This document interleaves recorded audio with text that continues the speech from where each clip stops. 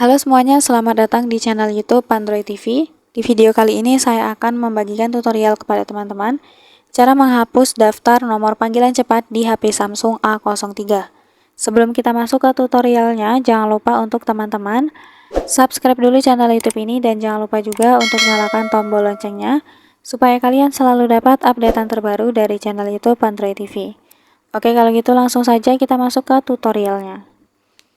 Selain video ini, kalian juga bisa tonton video saya yang lain, yaitu tutorial cara membuat panggilan cepat di HP Samsung. Untuk linknya bisa kalian klik di pojok kanan atas.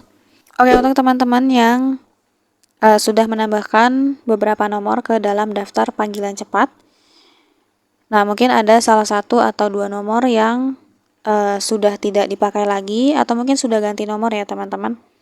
Nah, untuk cara menghapusnya, silakan kalian buka lagi buku telepon. Lalu di papan keypad di bagian atas ada titik 3, kita klik. Kita pilih nomor panggilan cepat. Nah, di sini teman-teman, di sini ada 3 nomor di daftar panggilan cepat HP saya. Untuk cara menghapusnya gampang. Teman-teman klik saja ikon garis merah ya di sebelah nomornya ini. Nah, ini kita klik. Nah, ini sudah terhapus ya teman-teman dari daftar panggilan cepatnya. Tinggal sisa 2 nomor saja. Nah, kalau ada beberapa nomor panggilan cepat, mungkin ada lebih dari 5. Kalau kalian mau menghapus sekaligus, itu nggak bisa ya teman-teman. Jadi memang harus satu persatu seperti ini. Kita klik saja ikon merahnya ini. Nah, maka langsung terhapus dari daftar panggilan cepat.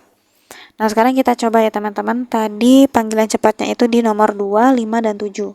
Nah, coba kita tahan lama di nomor 2. Nah, ini nggak bisa ya. Tidak ada panggilan yang kita tujukan ke seseorang. Coba di angka 5. Ini juga sama. Terakhir di angka 7.